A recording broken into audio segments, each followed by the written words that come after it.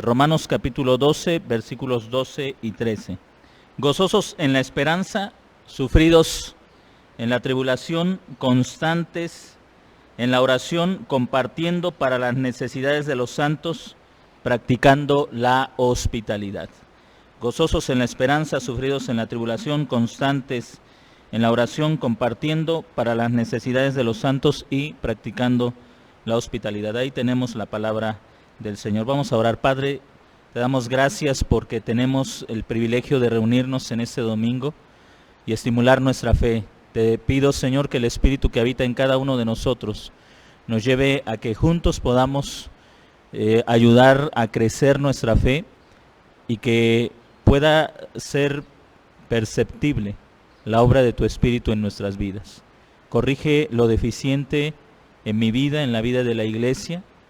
Afirma lo que está bien, Señor, y ayúdanos también a ser conscientes de nuestros pecados para que al arrepentirnos sigamos creciendo hasta alcanzar la imagen de Cristo.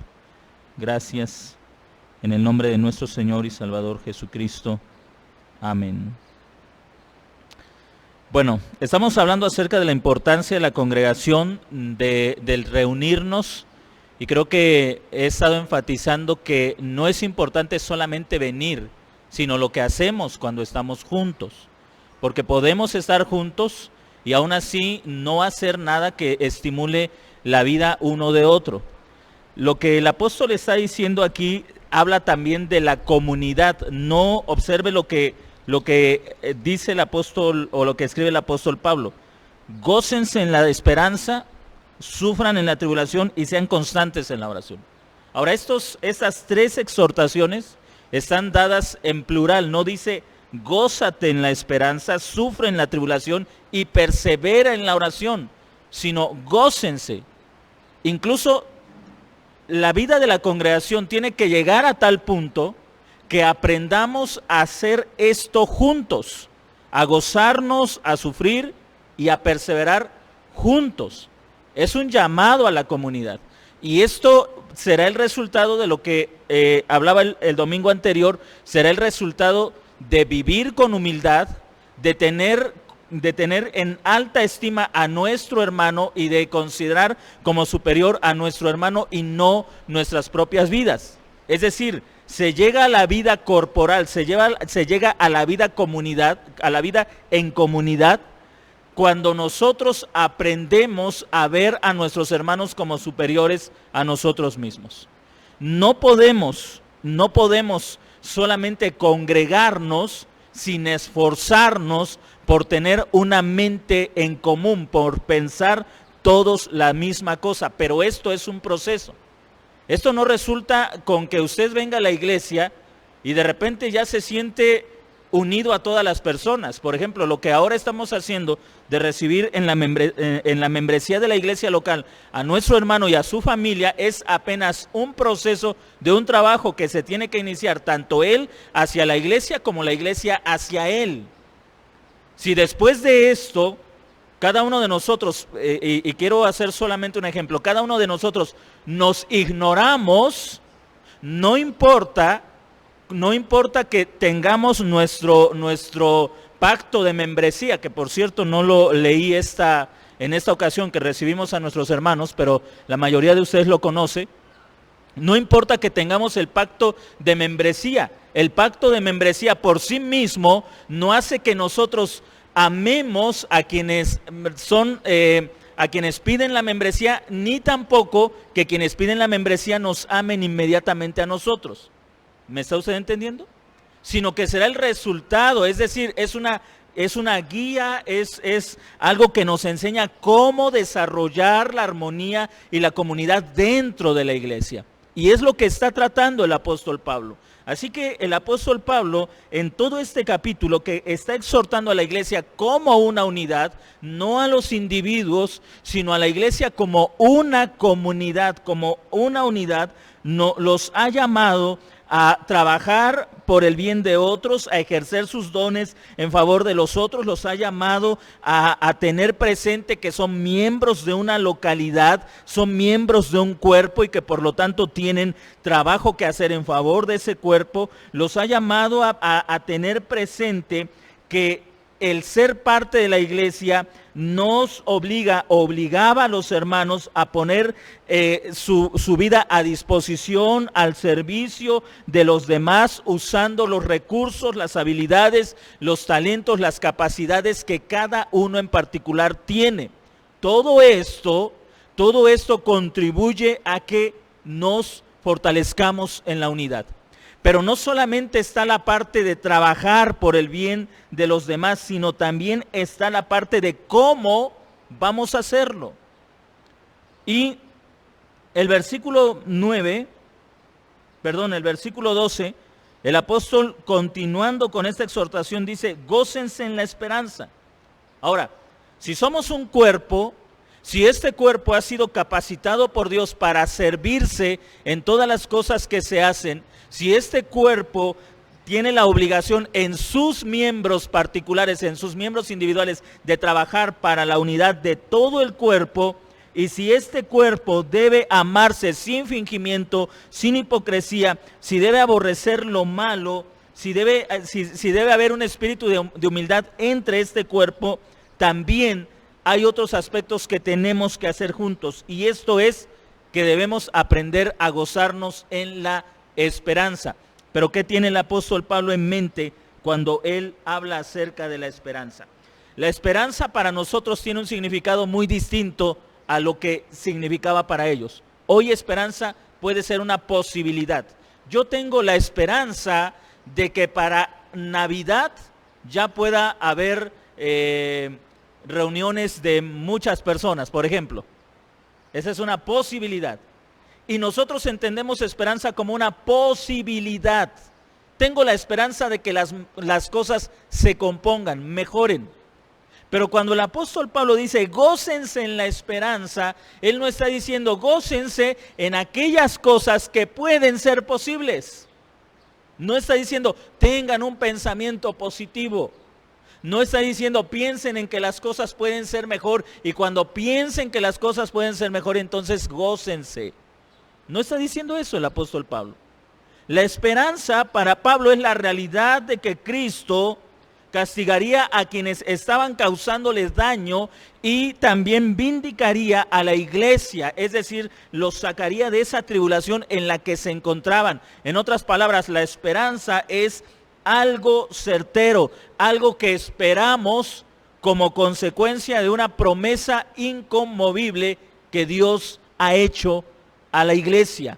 Eso es esperanza. No es entonces una posibilidad.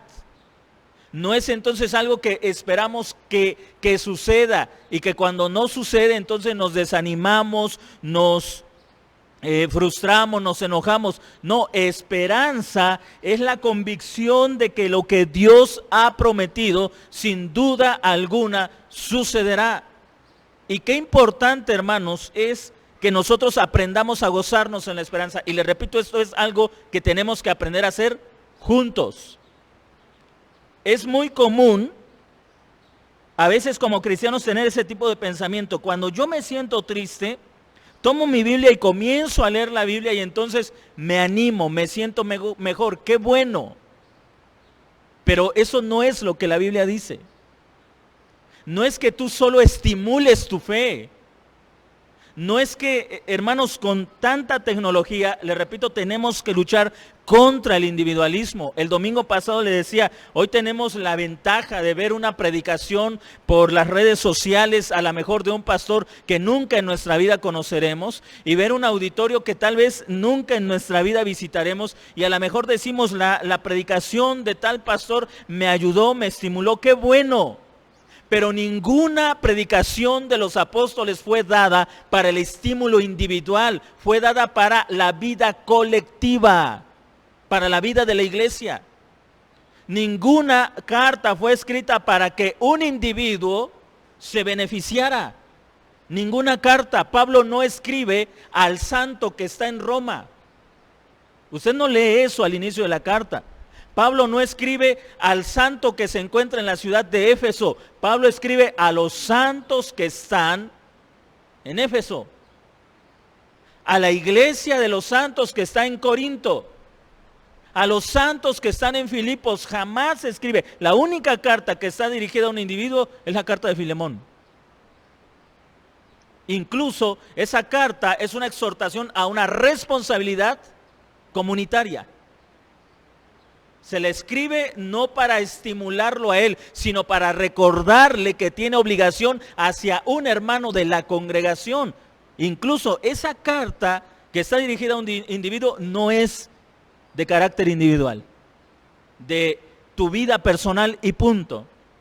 Y la iglesia tiene, en este tiempo de tantas ventajas tecnológicas, tiene que luchar contra el espíritu del individualismo de yo me edifico solo, yo me consuelo solo, yo me gozo en la soledad, yo me alegro en la soledad, yo le canto solo al Señor en mi cuarto y me siento alegre. Si estoy triste le comienzo a cantar y de repente me siento alegre. No.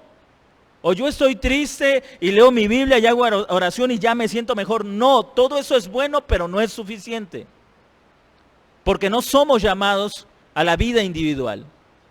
Es a la vida en comunidad a la que la Escritura nos está llamando. Así que Romanos capítulo 12, el versículo 12 recuerda esto: gócense en la esperanza. La idea es que esta iglesia que estaba pasando por diferentes tribulaciones, como más adelante lo está diciendo, tiene que aprender a juntos pensar en la esperanza que Cristo les había dado, la vindicación de la iglesia del primer siglo.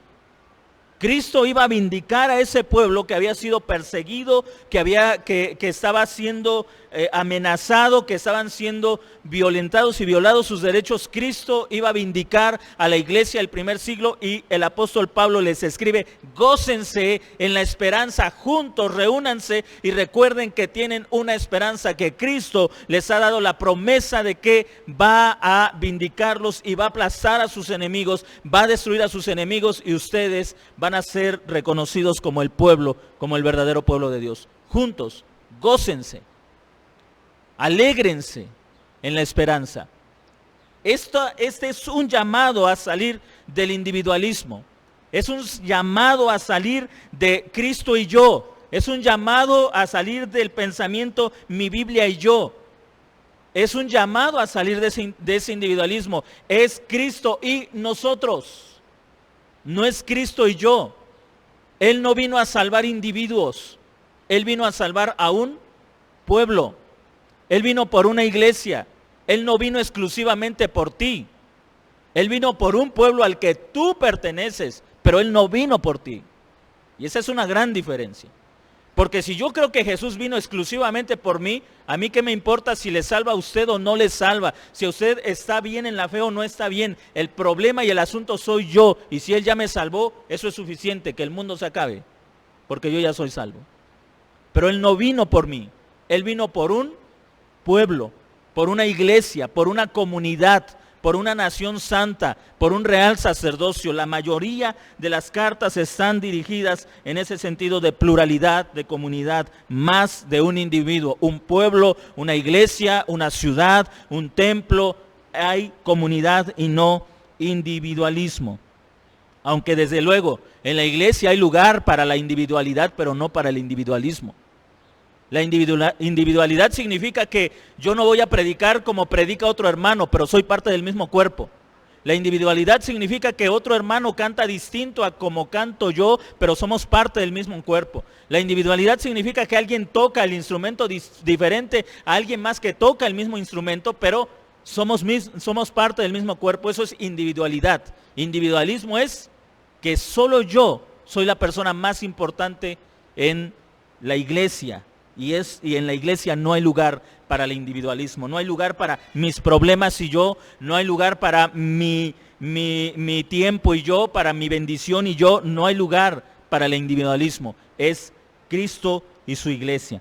Debemos aprender a gozarnos en la esperanza. Y gozarnos, le repito, no significa que usted esté alegre, sino que todos como un cuerpo, como un solo hombre, aprendamos a gozarnos en la misma esperanza que el Señor nos ha dado. Observe cómo escribe el apóstol Pablo.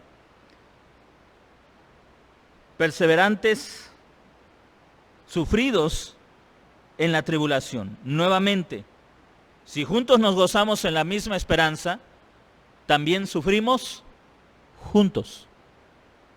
También sufrimos juntos. Y esto, le repito, nuevamente, debe cambiar la forma en que percibimos nuestros sufrimientos. Le he dicho a lo largo de estos domingos, a veces pensamos con una indiferencia, ay, el hermano fulano de tal está sufriendo, bueno, pues voy a orar por él, pero a mí no me quita el sueño. No estoy diciendo que nos debe quitar el sueño, pero si no hacemos de ese sufrimiento nuestro propio sufrimiento, de alguna forma nos estamos aislando del cuerpo, nos estamos separando del cuerpo. El apóstol Pablo escribe más adelante en la carta a los Gálatas, en el capítulo 6, sobrellevad las cargas los unos de los otros.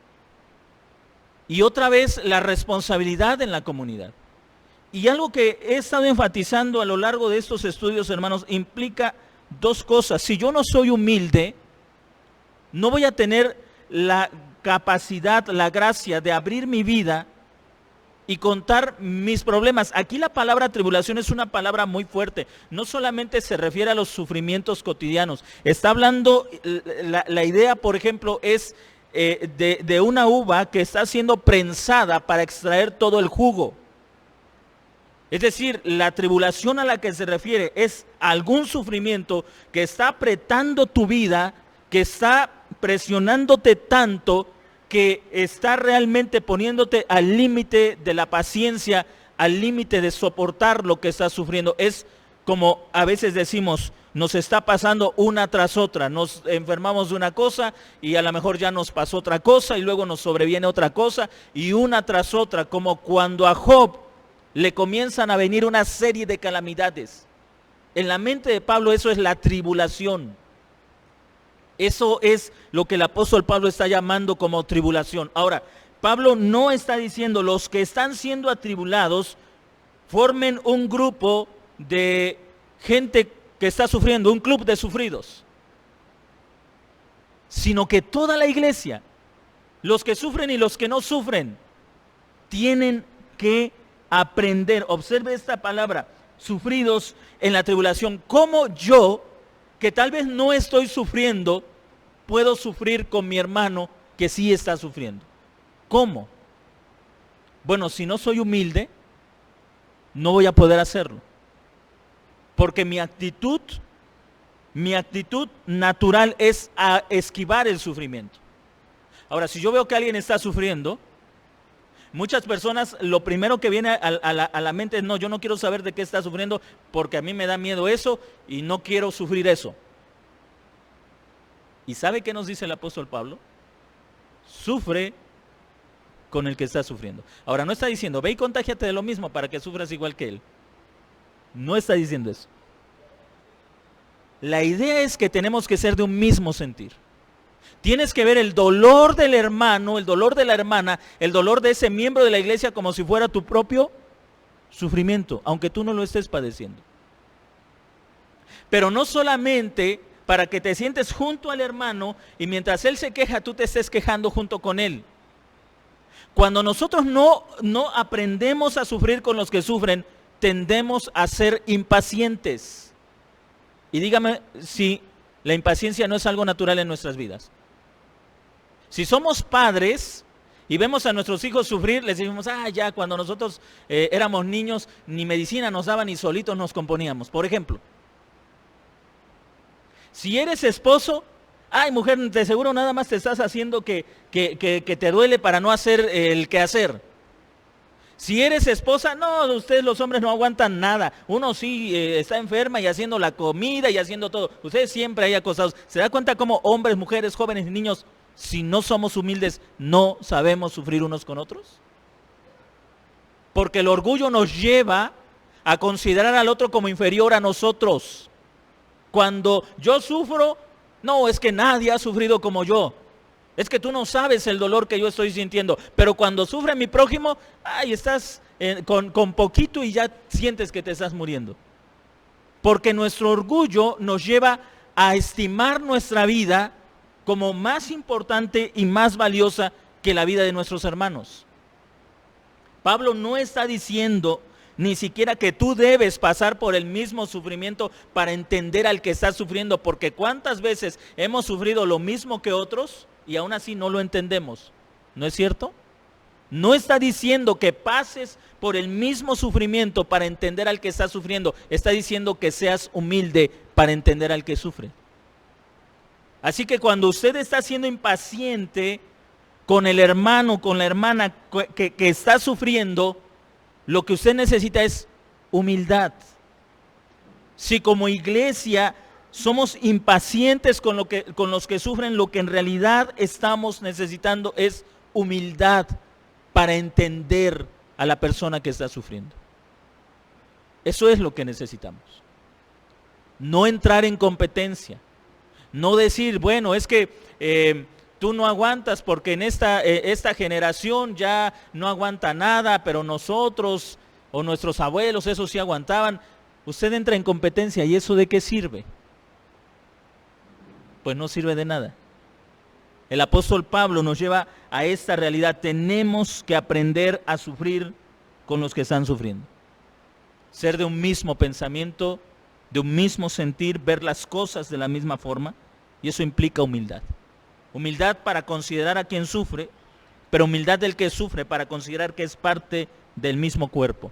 Son dos aspectos que se requieren. Alguien puede estar sufriendo, y le decía en el estudio anterior, alguien puede estar sufriendo y decir, yo no digo nada para no causar dolor a otras personas, estoy siendo orgulloso. En algún momento todos necesitamos que alguien nos ayude a sobrellevar una carga que no podemos llevar. El apóstol Pablo nos está llevando, hermanos, a vivir una vida de comunidad muy distinta a la que se vive en la sociedad. La iglesia de aquellos tiempos luchaba también contra el individualismo de su sociedad, como hoy nosotros tenemos que luchar contra el individualismo de nuestra propia sociedad. Así que debemos aprender a gozarnos en la esperanza y a sufrir en la tribulación. Y tenemos a veces, porque esta es la idea de Pablo, ellos estaban siendo atribulados, pero comienza con gócense. Note esto, ellos estaban pasando por muchos sufrimientos, pero curiosamente Pablo no dice sufran en la tribulación y gócense en la esperanza. Comienza diciendo gócense en la esperanza y sufran en la tribulación. ¿Por qué? Porque somos dados a la queja antes que el gozo.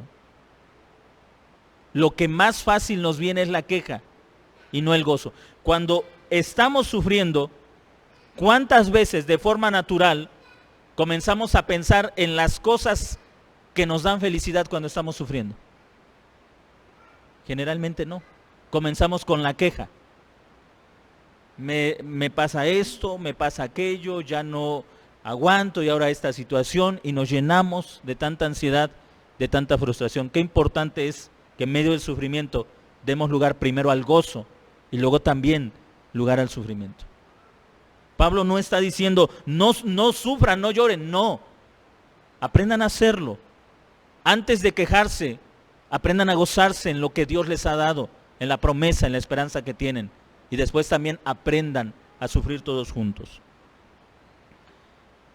Gozosos en la esperanza, sufridos en la tribulación, constantes en la oración. Nuevamente, regresamos a este punto. Si usted regresa a Hechos capítulo 2, a partir del versículo 40, donde se nos habla de la vida de la iglesia tenían tiempos, días en los que comían juntos, estudiaban juntos, se visitaban, y ¿qué más hacían juntos? Oraban juntos. Y creo que eso es algo que tenemos que aprender a hacer, hermanos. Hay tiempo para la oración individual, debemos orar individualmente, pero tenemos que aprender a orar juntos. No es lo mismo Ahora, entiéndame esto, no estoy diciendo, por favor no me malentienda, he escuchado a algunos predicadores que dicen que Dios escucha más rápido a 30 que a 1. No, eso no es cierto. Dios nos escucha porque estamos en Cristo Jesús. Cuando me acerco en el nombre de Jesús a orar, solo Dios me escucha porque estoy unido a Cristo. Pero la vida de la iglesia no es solamente que ore solo, sino que aprendamos a orar en comunidad. Mire, si hiciéramos un ejercicio en este momento y le dijera a alguno de nosotros, a alguno de los que estamos aquí, hermano, pase a orar y ore 10 minutos aquí con todos los que estamos, ¿qué cree que pasaría? Bueno, el hermano pasaría. ¿Mande? Exactamente. A los 2 minutos, ¿y qué más digo? ¿Por qué? Uno, si oráramos por las necesidades de los hermanos, no los conozco a todos. Tal vez diga, hermano, padre, te pido por la necesidad del hermano de la camisa roja. ¿Cuántos traen camisa roja? Ninguno.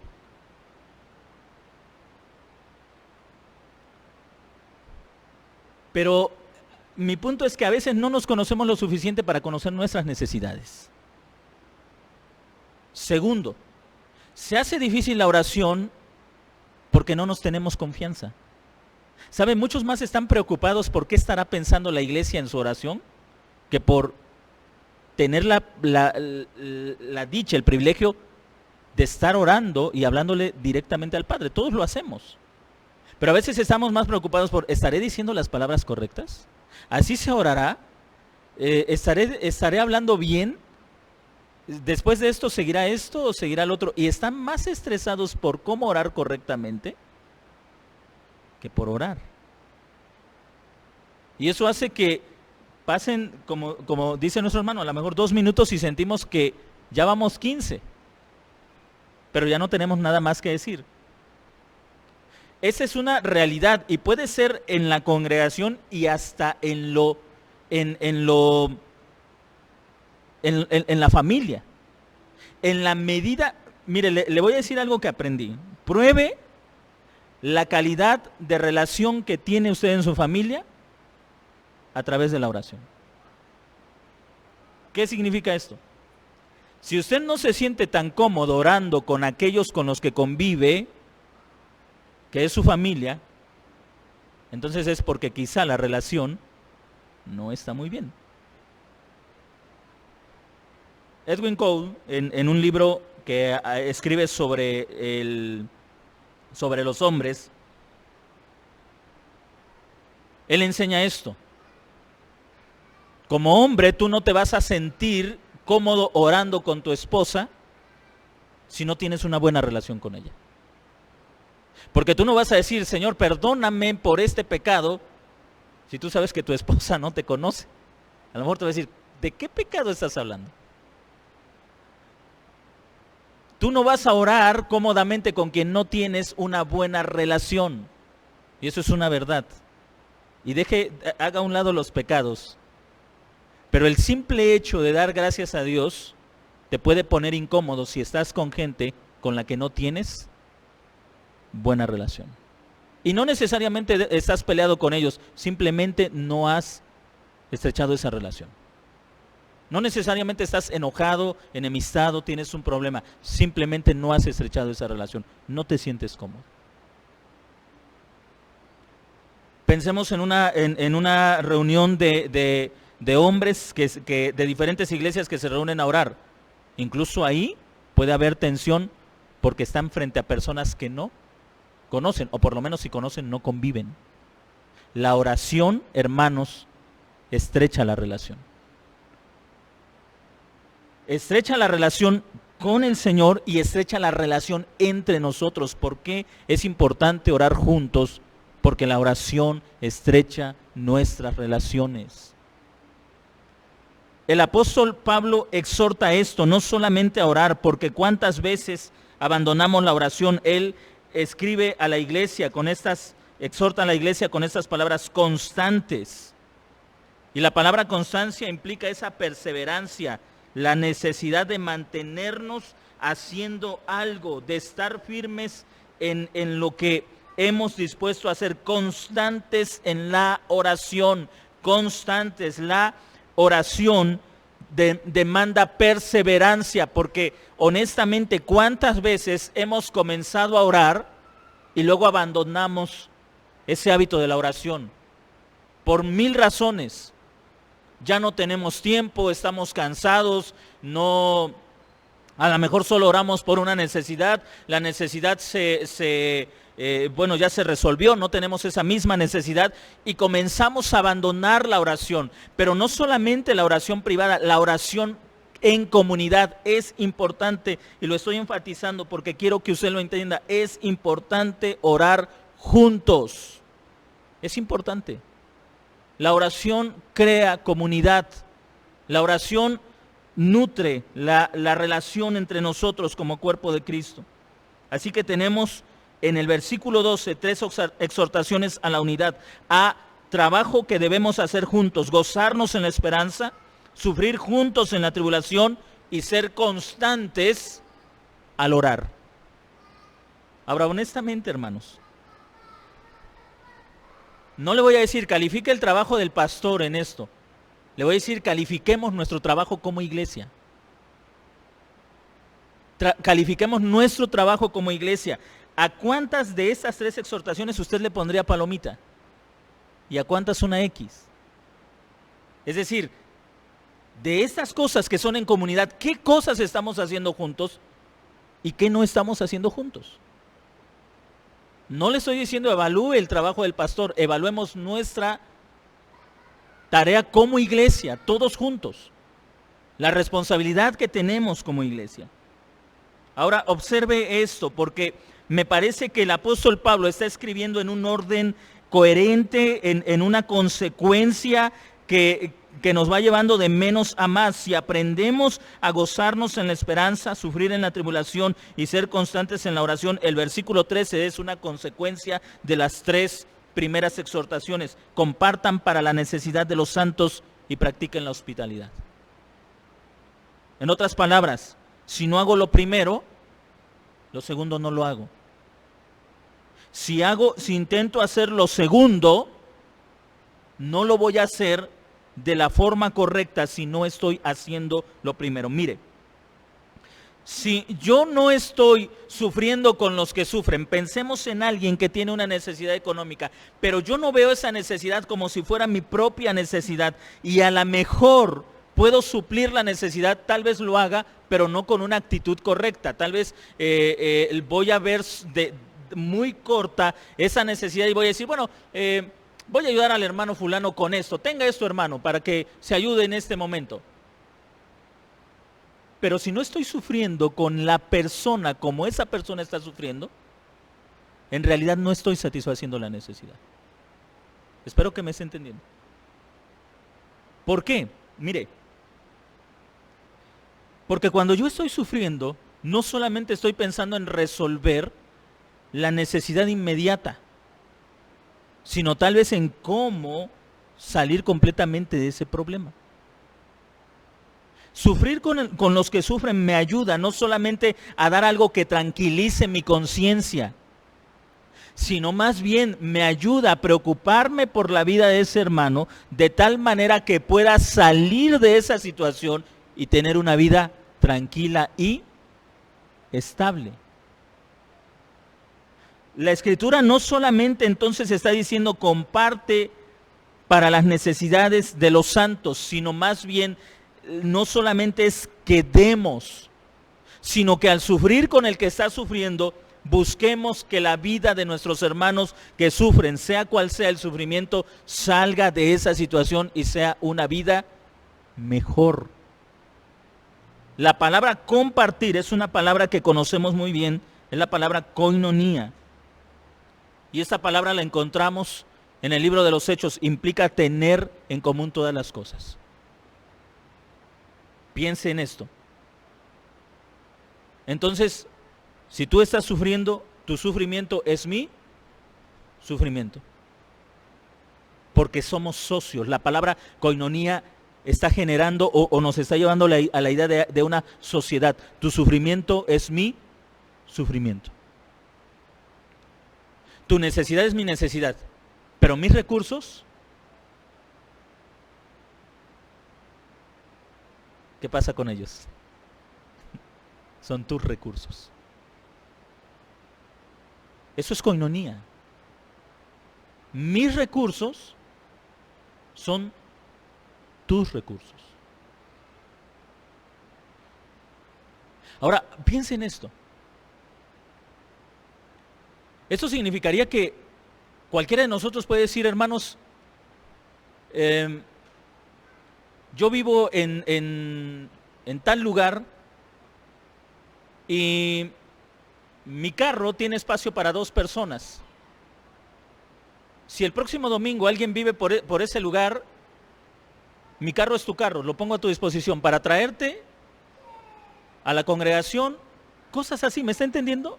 Es decir, la vida de comunidad es una vida práctica, pero como leíamos en 2 Corintios capítulo 8, el apóstol Pablo no está imponiendo, no está diciendo, hermanos, hagan esto, sino que está poniendo a prueba el amor. Usted, le decía el domingo pasado, no va a escuchar de mi boca palabras como, hermanos, si tú tienes esto, estás obligado a compartirlo con la iglesia. Si tienes esto, estás obligado a traer a hermanos a la congregación. Jamás lo va a escuchar, porque todo esto debe ser el resultado de un amor que está surgiendo de Dios hacia la iglesia. Es decir, mirarme como parte de una familia, como parte de un cuerpo, y poder tener la capacidad de decir, hermanos, mis recursos son sus recursos, pero eso es también recíproco.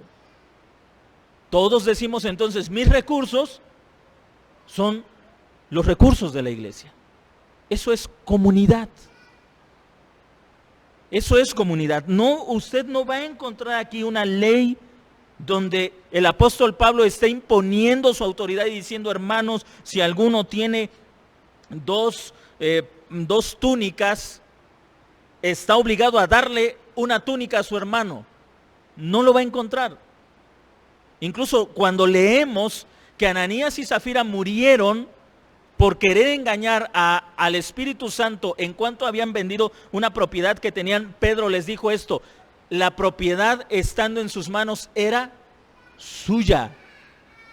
Pedro jamás dijo, ustedes tienen una propiedad o tienen más de una propiedad y están obligados a vender esa propiedad y dar lo que le den de ese dinero a la iglesia para mantener a los pobres. Pedro jamás hizo eso. Les recordó, esa propiedad es suya y nadie les pidió que la vendieran.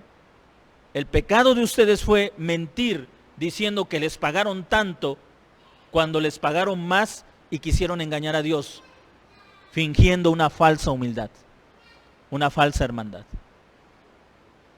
Nuevamente nos damos cuenta que el llamado a la comunidad es una exhortación en la que cada uno de nosotros aprende a salir del individualismo y a poner bajo a disposición los recursos según sea la necesidad de los miembros del cuerpo de Cristo. Compartan para las necesidades de los santos, practiquen la hospitalidad. Ahora, la palabra practicar implica algo que se hace constantemente. Desde luego que hay ocasiones en las que la hospitalidad es más necesaria que en otras ocasiones. El apóstol Pablo está teniendo en cuenta la persecución de la iglesia. Muchos hermanos tenían que ir de lugar a lugar escapando de la persecución y llegaban a lugares, hermanos, donde no conocían a nadie, pero Pablo les está recordando, practiquen la hospitalidad. Es decir, si ustedes ven a algún hermano que viene de otro lado y no tiene dónde quedarse por causa de la persecución, recíbanlo en su casa. Ahora, nosotros no tenemos ese problema, pero aunque no sea una necesidad la hospitalidad, es una buena forma de conocernos. ¿No le parece? En este tiempo la hospitalidad no es una necesidad. A nadie de nosotros nos persiguen. Gracias a Dios todos nosotros tenemos una casa donde vamos a llegar, saliendo de la reunión usted tiene un lugar a donde va a llegar, una casa a donde usted va a llegar a a continuar las actividades de este día, gracias a Dios tenemos una casa. La hospitalidad no es necesaria, no es una exigencia. Sin embargo, podríamos bien aprender a practicarla con el propósito de fortalecer nuestras relaciones. Muchas veces decimos, a mí no me gusta recibir visitas porque, y bueno, ponemos una lista de por qué son inconvenientes, porque más si tienen niños me hacen tiradero, pero practicar la hospitalidad no es solamente para tener gente dentro de nuestra casa, es para estimular nuestra fe, para enseñarnos, para animarnos, para conocernos. Es decir, no podemos decir que tenemos comunión entre nosotros si no somos capaces de decirnos, hermanos, más allá de la simple amabilidad, hermanos, su casa es mi casa. Perdón, mi casa es su casa. Era al revés, ¿verdad? Mi casa es su casa.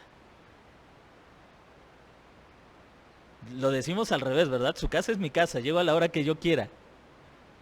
Pero a veces somos incapaces de decir, mi casa es su casa.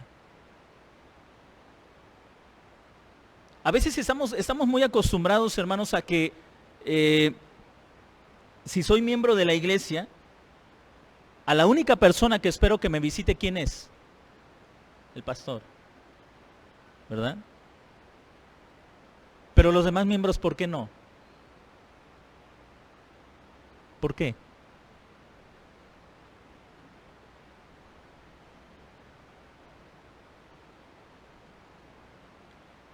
Cada llamado a la hospitalidad está hecho en un sentido general. ¿Nota usted que, como le decía hace rato, como le decía en una de esos estudios, a veces se sobreexalta la figura del pastor y eso ha traído consecuencias graves a lo largo de la historia de la iglesia? Por eso tenemos a pastores que se sienten estrellas, que piensan que ellos merecen todo, porque la misma iglesia está acostumbrada así. De repente, si el pastor llega a la casa, como se dice comúnmente, tiramos la casa por la ventana, pero si llega el hermano fulano, pues un vaso de agua, ¿no? Porque la gente piensa que el pastor merece lo mejor, cuando en la Biblia usted va a encontrar que todos deberíamos preferirnos unos a otros. Significa que yo debería tener en más estima su vida que mi propia vida. Ese es el pensamiento de la iglesia, considerarnos unos a otros como superiores a nosotros mismos. No dice consideren al pastor como superior a ustedes mismos, sino unos a otros considérense como superiores a ustedes mismos. La hospitalidad ya no es una necesidad en nuestro tiempo, pero ¿cuánta necesidad hay de aprender a ser hospitalarios? De que como iglesia fomentemos la hospitalidad entre nosotros.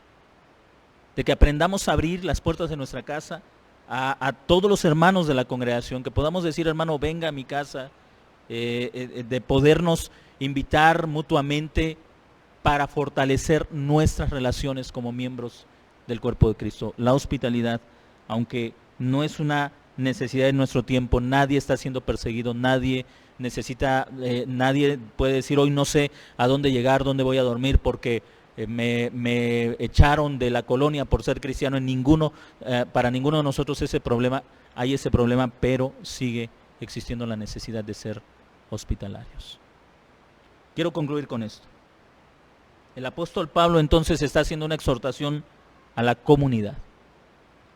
Tenemos que aprender, hermanos, si vamos a llegar al punto del versículo 13 de aprender a usar nuestros recursos mutuamente, tenemos que comenzar con el versículo 12. Si queremos o intentamos aplicar el versículo 13 sin el 12, vamos a ver lo imposible y lo difícil que se hace. Porque el versículo 13 es el resultado de relaciones profundas. Mire, hay un dicho popular que tiene mucha razón. Ojos que no ven, corazón que no siente. Usted y yo podemos escuchar de niños que están muriendo por hambre en África. Ahora, sinceramente, ¿a cuántos de esos niños conocemos? A ninguno. Yo no sé cómo, en qué localidad, cuáles son los nombres. Yo no puedo decir el niño fulanito de tal ha pasado meses sin comer y ojos que no ven, corazón que no siente. Es decir, oímos la noticia y decimos qué grave, hay muchos niños muriendo de hambre en África, en cualquier otra parte del mundo. Pero lo olvidamos. Y eso mismo sucede en la iglesia si no aprendemos a relacionarnos estrechamente. Escuché que el hermano fulano o que la hermanita fulana estaba sufriendo. Ay, Dios mío, pues ojalá y pase pronto esto. Pero ojos que no ven, corazón que no siente. Pero si nuestras relaciones son tan profundas y estamos acostumbrados a tener esa comunidad, esa comunión entre nosotros, el problema de esos hermanos se va convirtiendo en nuestro problema y vemos la forma de ayudarnos, orando, estimulando la fe, exhortando, animando, estando presentes, porque sentimos la ansiedad, el dolor, la preocupación como nuestra, porque hay una relación estrecha, una relación profunda. Esto es lo que está diciendo el apóstol Pablo, pero tenemos que hacer todo aquello que contribuye a la unidad. La unidad no se va a generar mágicamente. El domingo pasado, en domingos anteriores le decía, incluso en las comidas que teníamos a final de mes, son parte, pero no es suficiente. Porque incluso sentándonos a comer juntos, hay muchas cosas que ignoramos de nosotros. Y el comer juntos ayuda a la unidad, pero muy poquito. ¿Por qué? Porque si yo no estoy acostumbrado a relacionarme con ustedes y a mí me invita un amigo que a lo mejor no es cristiano, pero tengo mejor relación con él que con ustedes, ¿a dónde cree que me voy a ir a comer?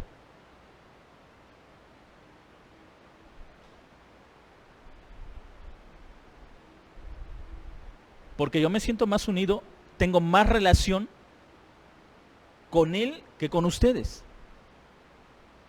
¿Sí me está entendiendo? Entonces, las comidas, tan solo las comidas que teníamos al final de mes o principio de mes, principio de mes, lo único que hacen es revelar qué tanto nos falta para crecer en unidad, no para producir unidad, sino para que podamos ser conscientes que aún necesitamos trabajar mucho en la unidad como cuerpo de Cristo. ¿Y cómo? Usted va a notar que lo del versículo 12 no es fácil. Gozarnos en la esperanza requiere aprender a sentarnos juntos y a pensar en la esperanza que tenemos en Cristo. Sufrir en la tribulación requiere intimidad unos con otros y constantes en la oración. El decir, vamos a reunirnos para orar, porque en la oración nos conocemos y en la oración nos unimos. Cuando estas tres primeras acciones se realizan en la iglesia, compartir para las necesidades de los santos y practicar la hospitalidad, va a ser algo muy fácil y muy sencillo. Porque la unidad ya se ha producido o ya se ha alimentado, se ha estimulado con otras acciones. Hermanos, creo que es necesario que cada uno de nosotros vea por la unidad de la iglesia, que cada uno de nosotros vea por la unidad del cuerpo de Cristo, que cada uno de nosotros piense, ¿qué estoy haciendo para contribuir en la unidad de la iglesia?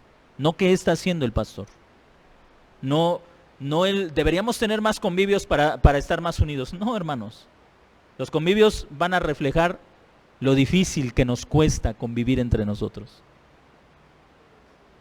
Eso van a ser como lo han hecho. Tenemos que ver de qué forma estamos trabajando para mantener, fortalecer, estimular y hacer crecer la unidad de la iglesia. Que el Señor nos ayude a cumplir con esta tarea que se ha determinado para cada uno de nosotros.